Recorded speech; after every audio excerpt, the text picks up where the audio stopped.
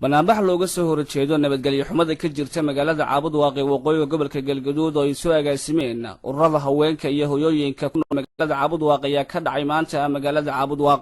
Banaanbaxan oo muddo 8 cisho ka socday magaalada ayaa ururada haweenka iyo hooyooyinku ay ku tilmaameen inaysan ku noolaan karin nabadgelyo xumada ka jirta magaalada, waxaana baaq ay u direen qaybaha kala gedisan ee bulshada oo ay markaasi ugu baaqeen in loo istaago sidii looga hortagi lahaa dhibaatada nabadgelyo xumada ka jirta degmada iyo in markaasi la soo cesho nabadii magaaladu ay lahayd. waa kuwan qaar ka mid ah haweenkii soo agaasimay banaanbaxa maanta ka dhacay magaalada Caabudwaaq oo ka hadlaya nabadgelyo xumada ka jirta magaalada. Marixaan baan u soo banaanbaxnay hadaan nahay beesha sare,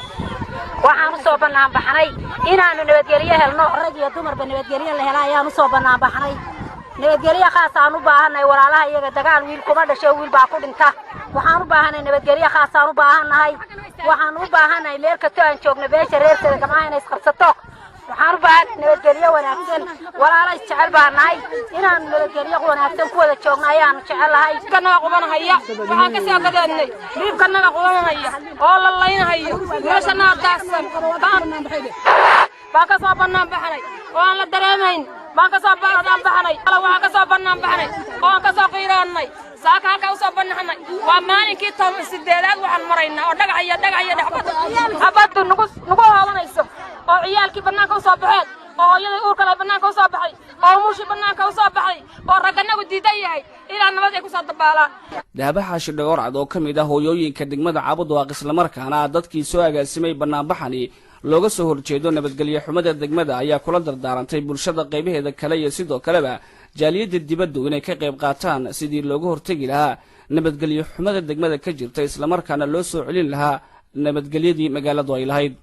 kan taagana ilaahay subxaanahu wa ta'aala dacwaan u dirsanaynayo inuu cirka roob madar khayr qaba naga siiyo nabad caamana na siiyaan baryayna wixii ma taqaanaa deegaanka u dhashay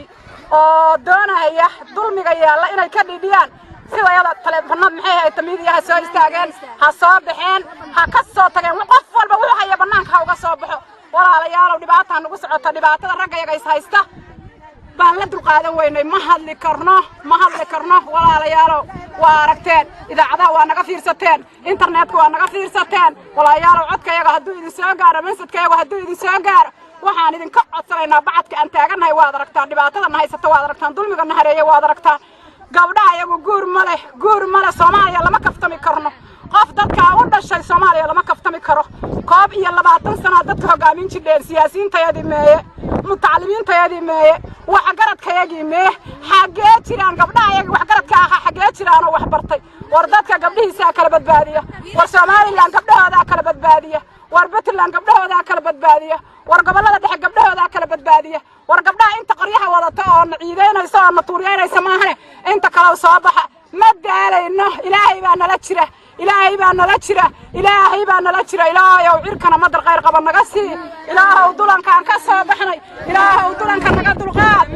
wiilasha yararka ah Hindiya lagu cunay waa ka xunaa waa ka banaanbaxay ku jirtaa wiilasha Soomaaliyeed oo cid u hadlaysaa jirin banaanbaxay ku jirtaa kuwa Caabudwaaq isku dilaya banaanbaxay ku jirtaa dhibaatada Soomaaliya haraysa banaanbaxay ku jirtaa banaanka u soo baxa wiilashuna waanadaha naga qaateen. Bashiir Yuusuf Nadaara TV-ga caalamiga ee Kalsan waqooyiga gobolka Galgaduud magaalada Caabudwaaq.